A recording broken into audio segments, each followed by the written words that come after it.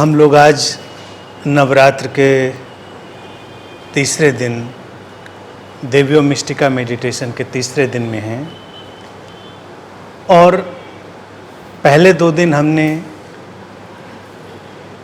अग्नि और पृथ्वी तत्व पर बात की और उस पर प्रयोग किए। आज हम जल तत्व पर बात करेंगे और जल तत्व पर प्रयोग करेंगे।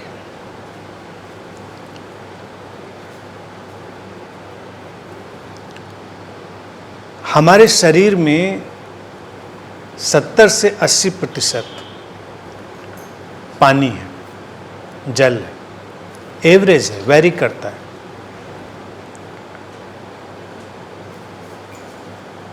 और हमारे इस प्लेनेट पर भी पानी का रेशियो करीब करीब यही है। हम तत्वों पर जो प्रयोग कर रहे हैं वो तत्वों की शुद्धि, उनकी पहचान, उनमें प्रवेश, ये एक कंबाइंड और टोटल एक्सपेरिमेंट है। हम बहुत विस्तार से भी इन तत्वों पर काम कर सकते हैं। योग और तंत्र में तत्व शुद्धि का यानी भूत शुद्धि का एक बहुत बड़ा विज्ञान है। और एक बात जो सारे साधक अपने प्रयोगों से जानते रहे हैं कि अगर हम अपने इन तत्वों की शुद्धि कर लें और उनमें प्रवेश कर लें तो व्यक्ति के लिए कुछ भी असंभव नहीं रह जाता, क्योंकि पूरा जगत इन तत्वों से ही बना है। अब असंभव नहीं रह जाता का अर्थ ये नहीं होता कि फिर वो चमत्कार करने लगता है। चमत्कार करने लगने की जो भावना है वो हल्की है। उस व्यक्ति के होने से ही चमत्कार होने लगते हैं।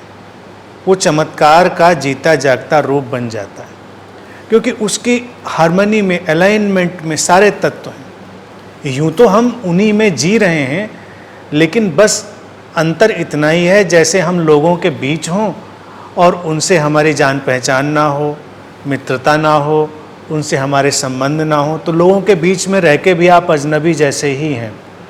कई लोग अपने घरों में रहकर भी अजनबी जैसे ही हैं। तो अपने तत्वों के साथ रहते हुए भी हम उनके साथ अजनबी की तरह भी रह सकते हैं और एक मित्र की तरह हो सकते हैं, एक प्रेमी की तरह हो सकते हैं, गहरे संबंध में हो सकते हैं। तो सारा बस इतना ही अंतर है, बाकी स्थिति एक है। तत्व हैं, उनका अपना असर है। अब आज तीसरे दिन हम जल तत्व की बात करेंगे। जल तत्व से हमारा जुड़ेगा स्वादिष्ठान चक्र, हमारा नाभि केंद्र। नाभि केंद्र के आसपास इस स्वादिष्ठान की हम भावना करते हैं। नाभि से 2 अंगुल नीचे जापान में उसको हारा भी कहते हैं और जापान में ही उसको टेंडन भी कहते हैं। ये बहुत ही महत्वपूर्ण है। मूलाधार से हम उठे और हारा पर आए, टेंडन पर आए या स्वादिष्ठान पर, ये सब आसपास सेंटर्स एक ही जैसे हैं या उनके नाम अलग हैं, आप जैसा भी उसको समझना चाहें। ये बहुत महत्वपूर्ण है। किसी भी व्यक्ति के जीवन के लिए इस जगह तक पहुंचना और इसके आगे जाना बहुत ज़रूरी है। यहाँ पर जीवन खत्म हो सकता है, तो वहाँ पर संभालने की बहुत ज़रूरत होती है। जैसे कोई अंकुर फूटे और अभी फूटा फूटा है अंकुर, खतरा है उसको, वो नष्ट हो सकता है। तो अगर हम स्वादिष्ठान पर अभी पहुँचे हैं, जीवन अभी वहाँ आया है, तो वो अगर संभाला ना जाए तो खत्म हो सकता है आसानी से। और कई जगह, कई मार्शल आर्ट में वो ऐसी विद्याएं भी सिखाते हैं मार्शल आर्ट हमेशा आत्मरक्षा के लिए ही विकसित की गई कि अगर स्वादिष्ठान पर जो जानता है उसकी ऊर्जा और उसके ठीक ठीक बिंदु को, वहाँ पर ठीक से अगर कोई चोट कर दे अपनी कुछ उंगलियों से ही या एक उंगली से ही, तो व्यक्ति तत्क्षण मर जाएगा। या कोई व्यक्ति अपनी सारी ऊर्जा को अपने स्वादिष्ठान पर लाकर उसको रिलीज कर दे, उसकी मृत्यु हो जाएगी। इसीलिए जापान में एक शब्द विकसित हुआ हाराकिरी, आत्महत्या के लिए। जो लोग जानबूझकर आत्महत्या कर लेते हैं उनके लिए शब्द आया हाराकिरी। और इसीलिए जब भय हो, दुर्घटना हो या किसी भी तरह की ऐसी स्थिति हो तो हमारे पेट में ही धक्का लगता है, हमारे पेट में हलचल होती है। अगर हमारे आसपास के वातावरण में कोई चीज़ ठीक नहीं है तो हमारे स्वादिष्ठान के रडार पर वो पता चलने लगता है। इसीलिए तत्वों को जानने में आप त्रिकालदर्शी होने लगते हैं। वो कोई बड़ी ताज्जुब की और आश्चर्यजनक बात नहीं है कि आपको अपने आसपास की चीज़ें पता चल जाएं, आपको आने वाली चीज़ें पता चल जाएं, पीछे क्या हुआ पता चल जाए, कोई नहीं। आप अपने तत्वों से रिश्ता जोड़ लीजिए। अब जल तत्व से अगर आपका रिश्ता बना, पृथ्वी से एक बात थी, लेकिन जल तत्व अपने में ज़्यादा प्रभावशाली इसलिए हो जाता है क्योंकि ये लिक्विड में आया, तरल में, और ये तरलता के कारण इसका प्रवाह ज़्यादा है, इसका फ्लो ज़्यादा है। हमारे शरीर में भी जो मोबिलिटी है, हमारे शरीर में जो लचीलापन है, वो सब इस जल तत्व की वजह से ही है।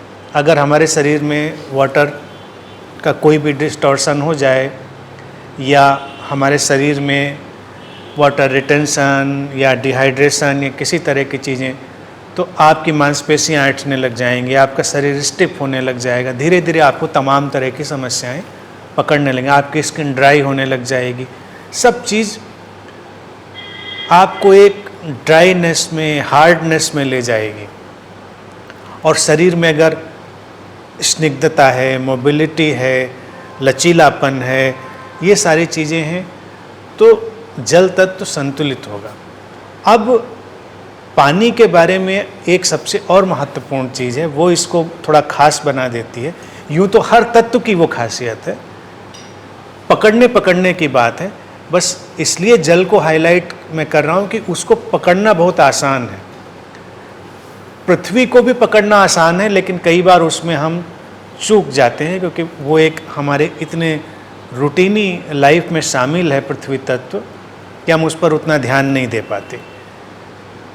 दे लें तो वो भी कमाल का है। हमारी सारी बॉडी विजडम, हमारी काया स्मृति, सेलुलर मेमोरी और जो ये कॉस्मिक मेमोरी है, आकाशिक मेमोरी है, वो सब उसी से कहीं ना कहीं से जुड़ी हुई है।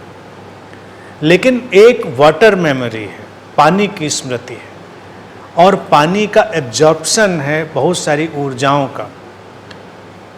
इसीलिए भारत में सारे तीर्थ नदियों के किनारे बनाए गए, खास तौर से गंगा के किनारे या और भी जो पवित्र नदियाँ। भारत में जब भी पूजा करेंगे तो जल का बहुत महत्व है, जल रखा जाएगा। प्रसाद में भी कई जगहों पर जल ही दिया जाता है क्योंकि वो उस खास जगह की ऊर्जा को उसने एब्जॉर्ब कर लिया। लेकिन हम जल रखें या ना रखें, हम तो खुद ही एक कंटेनर हैं वाटर का।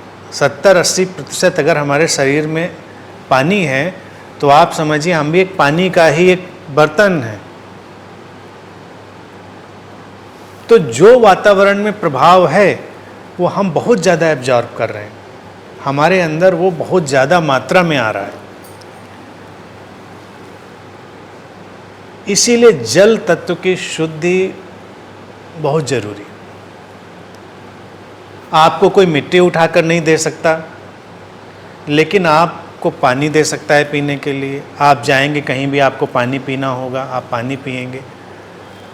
जैसे हाथों से पानी गुजरेगा, जैसे जगहों से पानी गुजरेगा, वहाँ की एनर्जी और मेमोरी वो ले लेगा और उसका प्रभाव हमारे ऊपर आएगा। हम उससे प्रभावित होंगे।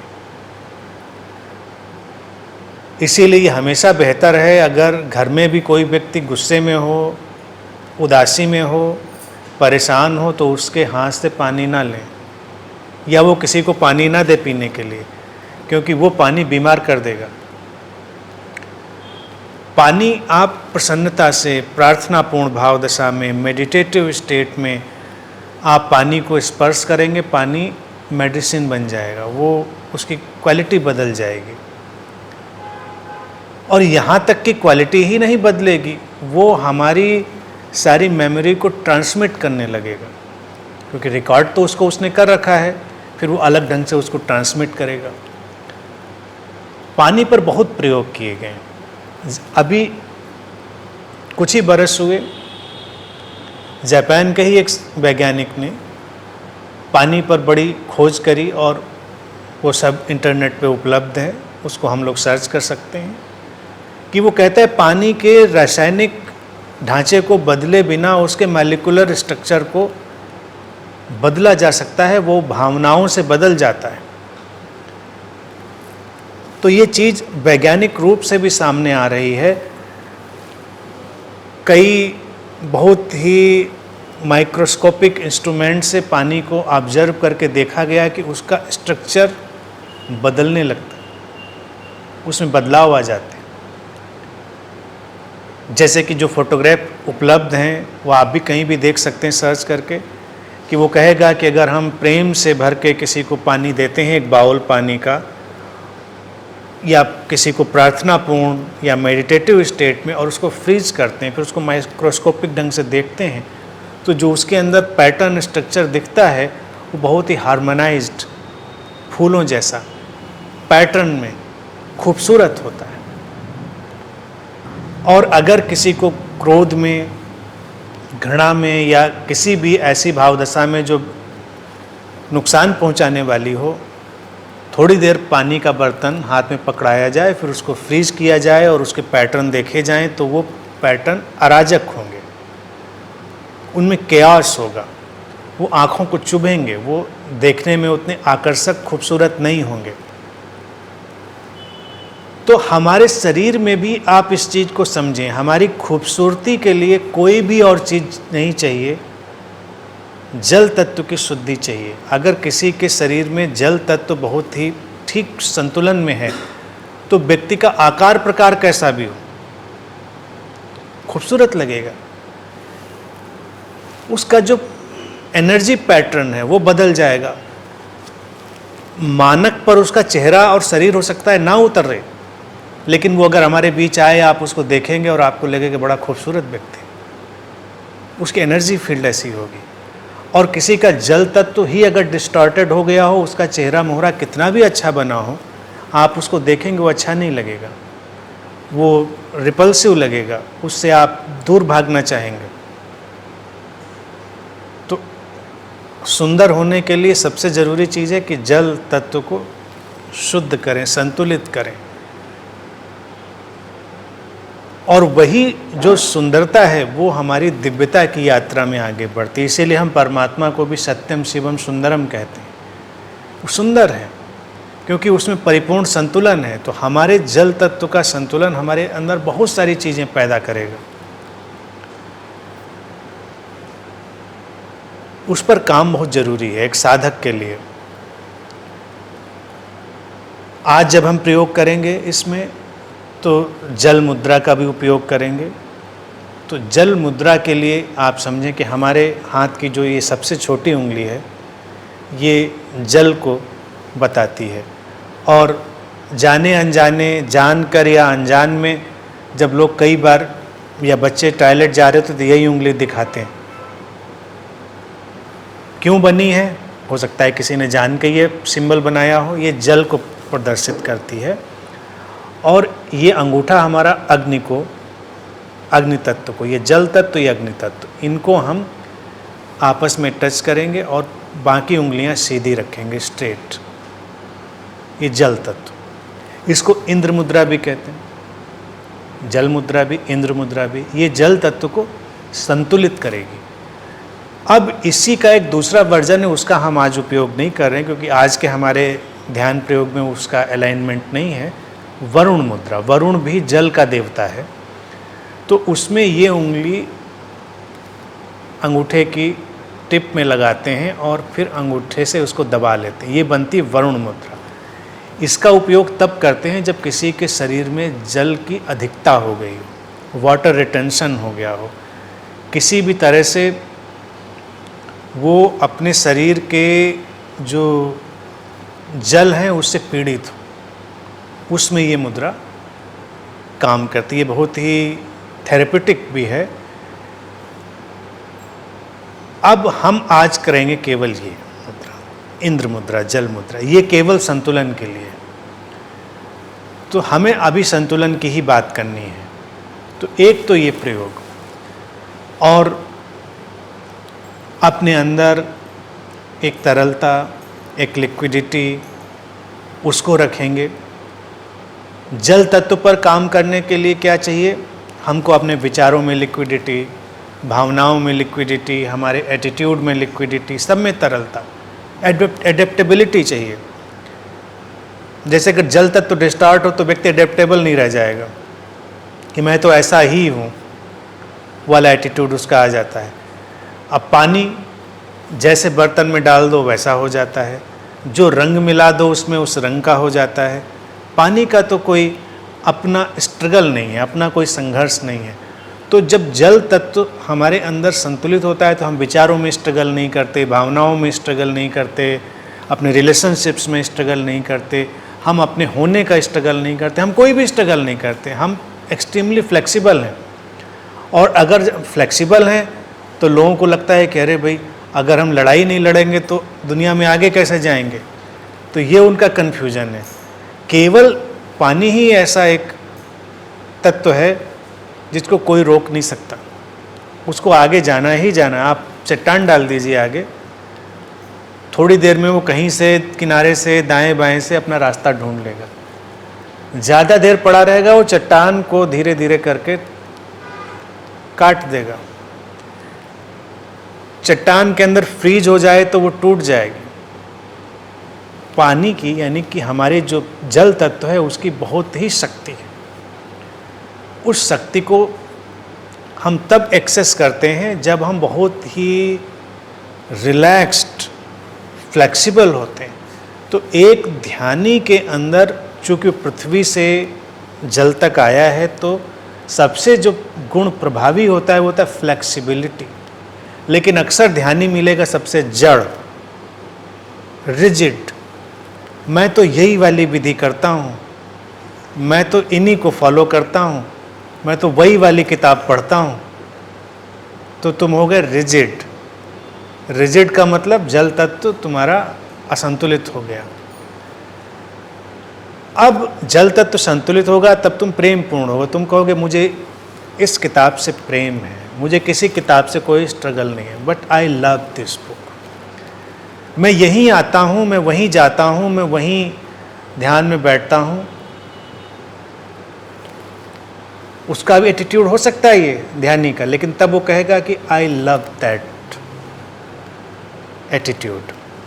मुझे उस मंदिर में जाना बहुत प्रेम पूर्ण लगता है। बस ये नहीं कि मैं तो इसी मंदिर जाता हूँ, दूसरे मंदिर में नहीं जाता, दूसरे मंदिर सब बेकार हैं, मैं इधर नहीं झांकता, मैं उधर नहीं झांकता।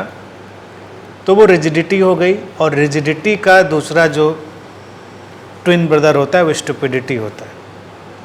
रिजिडिटी का जुड़वा भाई स्टुपिडिटी, वो दोनों साथ साथ चलते हैं। और जल तत्व उसकी लिक्विडिटी है और उसकी विजडम है, वो प्रज्ञा से भरा हुआ है।